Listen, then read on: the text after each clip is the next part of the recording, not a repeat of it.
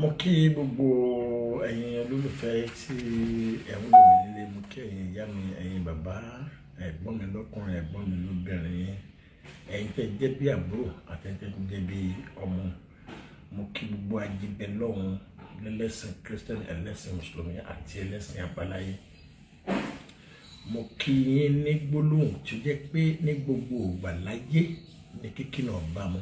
Mo kí pa assalamu alaikum wa rahmatullahi wa barakatuh. Ìkàjọ lọ́kùn máa bá olú àwọn. Akọ̀dún, akóyèdún, ọdún ayọ̀ ni la máa ṣe o. Àwa ní fọdún yìí ṣàṣemọ́.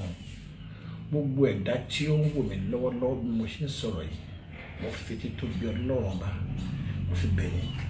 Ẹ máa share program tẹ́ ń wò yìí. Ẹ máa share nítorí pé àwọn kọ̀ọ̀kan wà tí ó yẹ kí a fi yé ara wa ọ̀tẹ̀ àmọ́. Mo dẹ̀ fẹ́ kí everybody kan gbọ́ mi lágbọ́yé, kí gbogbo orí mẹ́rin àgbáyé kan gbọ́ mi yé dáadáa. Gbogbo ayé mọ̀ pé I'm a private person in my life. Mi ò ń báyàn jà, mi ò ń báyàn fa wàhálà. But I'm a policy man ní nǹkan tí mi ò bá fẹ́, mi ò fẹ́. Mo lè jẹ́ nìkan tó jẹ́ pé tí olóúnjẹ bá rí mi tó bá rojú, àìjẹ́ èmi náà máa fi sú ẹni náà. Ẹ má bínú dá sí program kan tí mo gbọ́, maybe about let's say is it over a week now or going to 2 weeks, lórí ọ̀rọ̀ wípé wọ́n ní àáfà kan olùjìbìtì mi ò ní láti hide orúkọ Ọlárewájú Alifulani. Èmi ń ṣàfà gbogbo ẹ̀tẹ́ wo mi, Mùsùlùmí ni mí, an open book dẹni mo jẹ́ fún gbogbo àgbáyé. My door is open. Tí ẹ bá wo lọ́wọ́ bọ̀, àìmọye ọmọ ló ti ara mi jáde tí wọ́n ti ṣoríire. Kò wá ní jẹ́ pé ńgbà tí a wá wà ní astral period, tá a wà ní ìrọ̀lẹ́ ayé, that's what I mean by astral. Nígbà náà ni màá ṣẹ̀ṣẹ̀ wá bẹ̀rẹ̀ wàkúwà. Ọlọ́jọ́ ìní ò ní jẹ́ kí n rí. Ojú tó ti mọ́ ni ò ní sọ pé òun mọ́ ni mọ́. Wèrè tó ń lọ ní títì ó lẹ́bí ó dẹ̀ lára. I cannot deny anybody tí bá mọ̀ láyé ni. Kódà ó wà nínú wàhálà ni, ó wà nínú dáadáa ni. Àfẹ́ni tó bá sọ pé ká má súnmọ́ òun àádẹ́rìn sẹ́yìn. Eyín ò mí pé ká ra burú sí ẹni bẹ́ẹ̀. Àgbà pé ìjẹ́dá wa kò jọ ṣepọ̀ ni. Lórí ọ̀rọ̀ Alhaji Alifulani, jẹ́jẹ́ ni mo wà ní àdúgbò mi ní ọdún Ifá Street. Tá jókòó, tá sọ̀rọ̀. Ó dẹ̀ ẹnu ọkọ dẹ̀ wá pè mí pé Alifulani ń pè yín pé àwọn gbọ́dọ̀ wà olúwa ní bọ́ọ̀dọ̀ ní ibi bíìsì wa mẹ́. Mo dẹ̀ lọ bá ọ̀pẹ ní ló ń ṣọlá. Mo lè jù lọ lọ́jọ́ orí. Òun náà ti fi nǹkan jù mí lọ by ìmọ̀. Ọlọ́run náà dẹ̀ sọ ní gbogbo ọ̀nà pé is it by position, by money or by knowledge? Wàá fi bìkan fún ẹnìkan ní respect. Mo dẹ̀ wá bá, mo dẹ̀ ṣe ń débẹ̀. He was on phone pẹ̀lú ẹnìkan mi mẹ́tọ́jọ́ sọ̀rọ̀. Ó dẹ̀ bọ́lẹ̀ ní mọ́tò ó kí mi pé àkínwó nǹkan tí ẹni tí Olúọmọ tó fún un ní. I was so happy. Mo dẹ̀ ṣàdúrà. Mo ní àbórí ilẹ̀ ayé ká wáyé mo ní tọ́lọ́run bá ti ṣe dáadáa fẹ́ dá Ọlọ́run ti ṣe dáadáa fún ni. Ọlọ́run bá ọ̀sìn lẹ́yìn alábòsí. The next thing tí ọ̀rẹ́ mi máa ṣe ni pé alájẹ Odon, alájẹ Ògùn náà fẹ́ kí yín. Mi mẹ́ni tí mo bá sọ̀rọ̀ di mo ń bá ẹ̀sọ́ mi mẹ́ni tí mo bá sọ̀rọ̀. Mo dẹ̀ gbà, mo dẹ̀ kẹ́ni ẹ̀ dáadáa. Ẹni náà pa abẹ́ rí mo dà oníṣẹ́ ẹni náà ti wọ́n kọ́ mo ní kò sí problem. Ọlọ́run ní yẹ kárí láburú, Ọlọ́run àṣàbà yẹn gbé. That was only what I said. Àwọn abẹ́sí ní pè mí lọ́tún lọ́sẹ̀ pé àbí ọgbà àwọn àtọ̀ gbogbo wọ́n jọ ṣígbẹ́ ni wọ́n jọ ṣàwo ni ìgbà ògbà ṣàṣọ. wọ́n ní yára gbọ́rọ̀ lọ́ra láti fèsì àdé ọ̀tá ẹ̀ wọ́ọ̀sì gbogbo àwọn tó ń pè mí mo ń wo kékeré ni mo sọ kọjá pé Alifulany wá sọ̀rọ̀ mi bí mo rejoice pẹ̀lú ẹ̀ pé wọ́n fún ní nǹkan tí mo mọ̀ pé dá nígbà tí èmi náà ṣe bẹ́ẹ̀ dèyàn ló ta mí lọ́rẹ mọ́tò náà.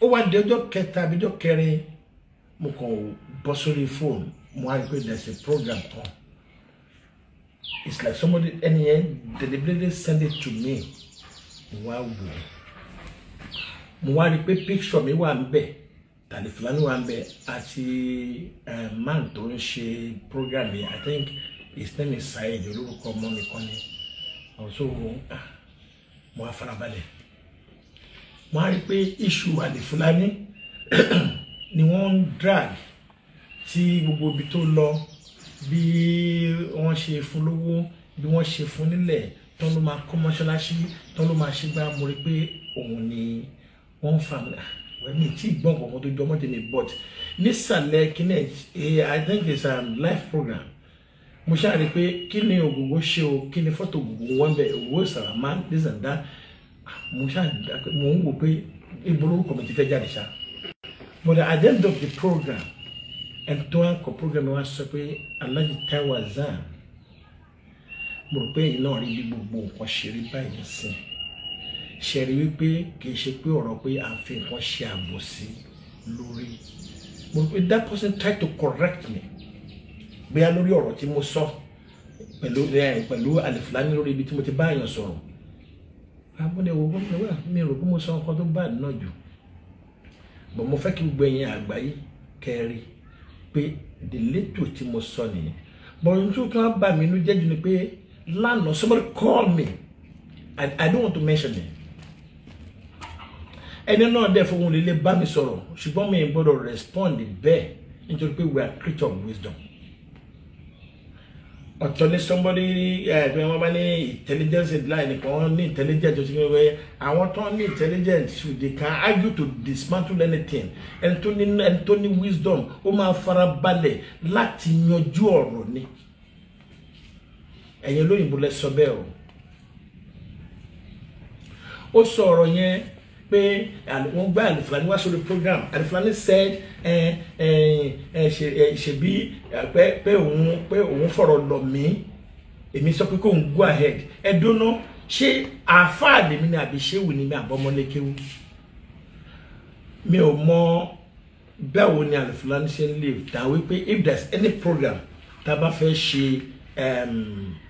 Ramadan lecture nílùú mi I always call him láti wá bá wa anchor program tó dẹ̀ tí ń bá wa ṣe yẹn bọ́ọ̀sì ó pẹ́ díẹ̀ then mo tún ṣe kíní kan Islamic quiz ọwọ́ ẹ̀ náà mo ti rí àìdá yẹn and I took that thing to my hometown tọ́lọ́n dẹ̀ fún wa ṣe táyé pé a máa fáwọn èèyàn lóríṣiríṣi ẹ̀bùn lọ́tún lọ́sẹ̀ ẹni tó máa jẹlẹ̀ tó máa yẹ gbá mi ò ní lu jìbìtì láyé ní tí mo máa fi kú tó bá kọ̀ láti máa bẹ̀ sí ní máa hu ìwà àgbà kọ́ lọ́n pè mí sọ́run. ohun tó bá ń dùn yàn èèyàn láti sọ fáyé bí mo ṣe ń gbọ́ mi ò láìkí ẹ̀ ẹnìyẹn wá ń sọ̀rọ̀ ó sọ̀rọ̀ líle mo tún á sọ fẹ́ ní pé school jọ my dear man ìwọ tó ń bá mi sọ̀rọ̀ yìí by the time you have a problem tí n bá ra burú sí ẹ ó ní ìgbésẹ̀ tí mo gbé tó ní ẹlẹ́rìí nú pẹ̀lú báwọn kan ṣe wá síwájú ẹ̀ tó wá bà mí jẹ́ fún ẹ wípé lágbájá yìí má jẹ́ kó súnmọ́ ẹ má jẹ́ kó ṣe gbá má jẹ́ kó ṣe má jẹ́ kó yá wájà sàn ẹ dẹ̀ mọ̀ pé mi náà mo láyọ̀ ọkàn mi ìṣọlọ́kànjú ẹ̀dá tá a bá dẹ̀ tún padì lóde náà I give you people your normal respect tí yẹn máa ń fún yàn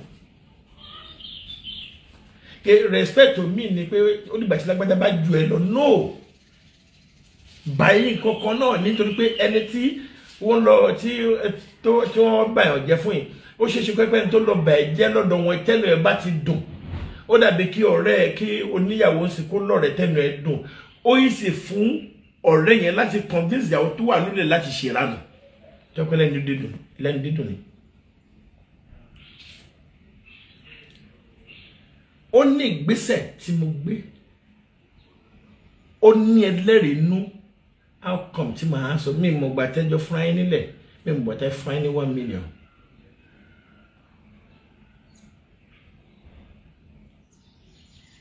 Bí area abẹ̀yẹn bó ṣe jẹ́ nìyẹn.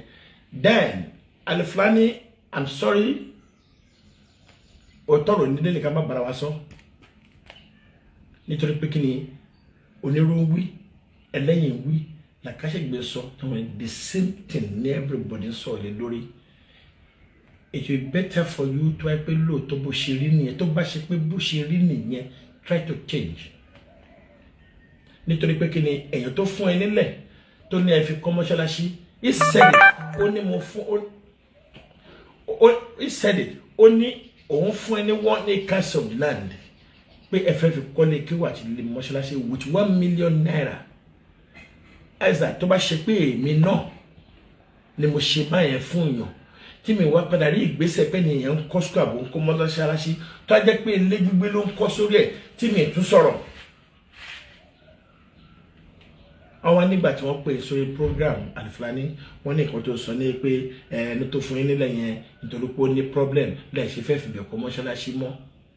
Kẹ́kọ́ mọ́ṣáláṣí sórí ẹ̀ ó lóore ju pé ilé tẹ́kọ́ sórí ẹ̀ lọ àsọ̀rọ̀ ẹ̀yìn náà àfa náà lẹ́kọ̀ọ́ wa. Ẹni yẹn lóhun ò tún sọ̀rọ̀. Not to actually, but tell alter statement, tell alter, it's not the best.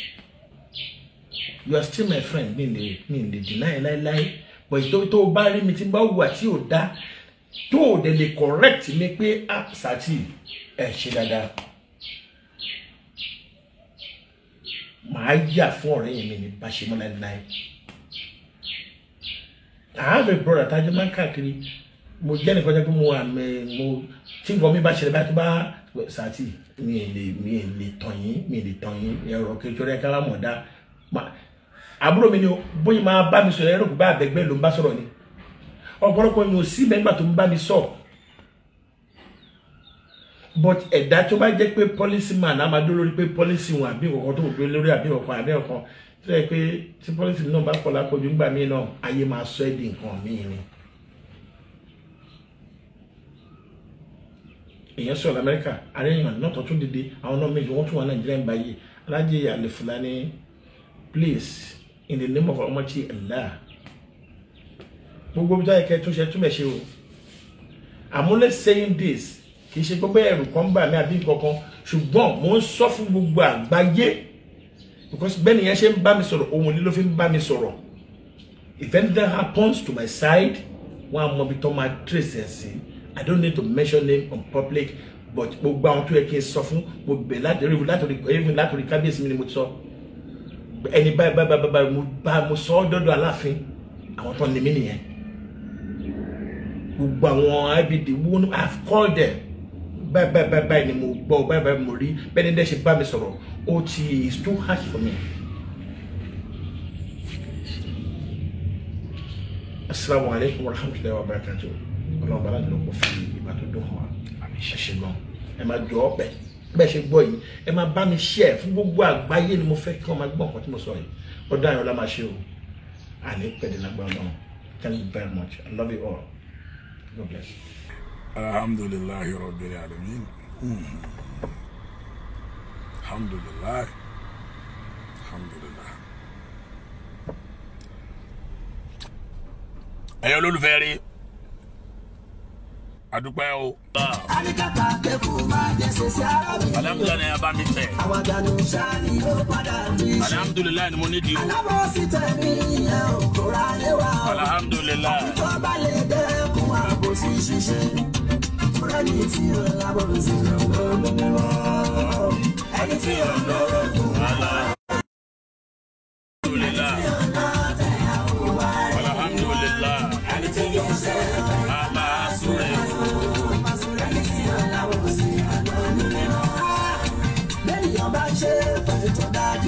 Tó dájú kọ mí o. Ṣé pé sọ̀rọ̀ rí? Níwọ̀n ìgbà tí mo bá ti hùwà ìpè. Ìwọ tó mọ̀jú kó máa ṣe pé láyé ṣòwò. Gbogbo jíjà ló. Yóò máa wáyé láti ṣe lọ́jọ́ ọkùnrin. Ànábì ilẹ̀ ní ṣe pé ìrìnàjò pinnu ẹ̀. ànábì ilẹ̀ ní ṣe é pé ajẹ́ nínú ẹ̀ o ẹ̀wọ̀n tẹ́mi fẹ́ kẹ́ máa bá mi tẹ̀ alhamdulilayi ni o wàláì alhamdulilayi nìkan ni mo kàn fẹ́ alhamdulilayi alhamdulilayi alhamdulilayi alhamdulilayi alhamdulilayi alhamdulilayi alhamdulilayi rabbil alamin nǹkan tí mo kàn. ṣé o lè alita. ẹni tí o náà tẹ̀ ẹ́ kó wá rẹ̀ ẹni tí kì í ṣe bẹ́ẹ̀ máa sùn rẹ̀ o ẹni tí o náà wò sí àlọ́ lórí wa.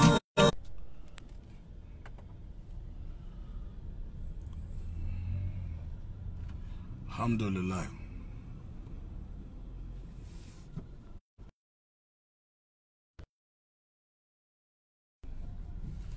alhamdulilayi rabbi.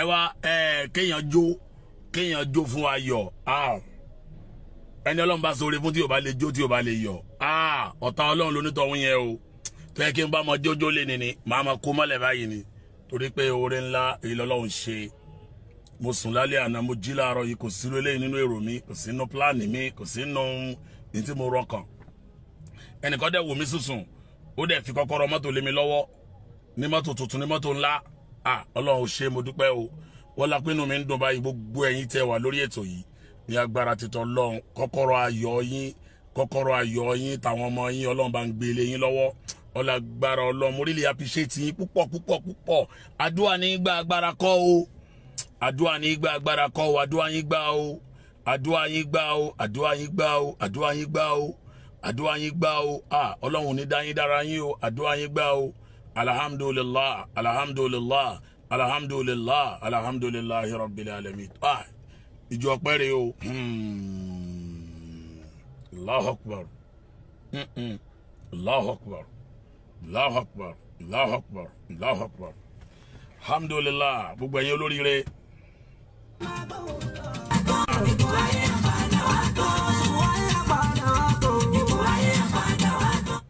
alhamdulillah àmín gbogbo àwọn ọmọ tẹbi pátápátá lágbèdélẹ iṣẹ́ wọn máa ṣojú yín o àmín Ọlọ́run ẹni mojórí wọn àmín Ọlọ́run àwọn tó ju ẹ̀yin náà lọ nídìílé ìyá ìdílé bàbá àmín nílé ọ̀dọ̀ rẹ̀ nílé ọkọ wọn ni mojórí ẹ̀yin náà lágbára àmín Ọlọ́run lábúwádà ilà bílà alhamdulillah alhamdulillah ẹ ṣé gbogbo ẹ̀yin olólùfẹ́ rẹ̀ adúpẹ́ lọ́wọ́ yín ẹ ṣé gan adúpẹ́ ìbàjẹ́ ènìyàn kò dá sí Olúwa dúró ọlá MC rẹ o Olúọmọ ni o. ẹ̀yẹ tí ń rọ̀ ṣáré wọn tá a máa ń sọ nìyẹn MC Olúọmọ mo tún ń fi àsìkò yé gé àwa máa sọ at all time bẹ́ẹ̀ yẹn ṣe wọn àní sọ pé ó ṣe wọn. Allahu Akbar. bẹ́ẹ̀ yẹn ṣe yàn àní sọ pé ó ṣe yàn.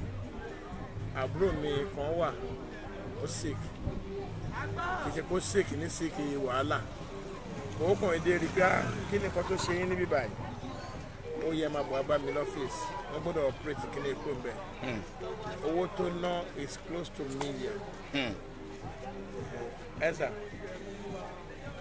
kí ni èèyàn ṣe máa gbàdúrà ìṣubú fẹ́ni tá à ń sọ. Allahu Akbar Allahu Akbar. tábà sọ pé lágbájá ṣe nǹkan ọ̀pọ̀lọpọ̀ èèyàn ọ̀tọ̀ níbi tán máa ń rí ìdí ọ̀rọ̀ gbà ẹni bá dẹ̀ ṣe làwọn máa sọ pé ó ṣe bí wọn bá ṣe àná sọ pé ó ṣe. àwọn alájà mi súra láti inú jẹ́sì wọ́n lè dúró ẹ ṣe ẹkú àdúró ti wá.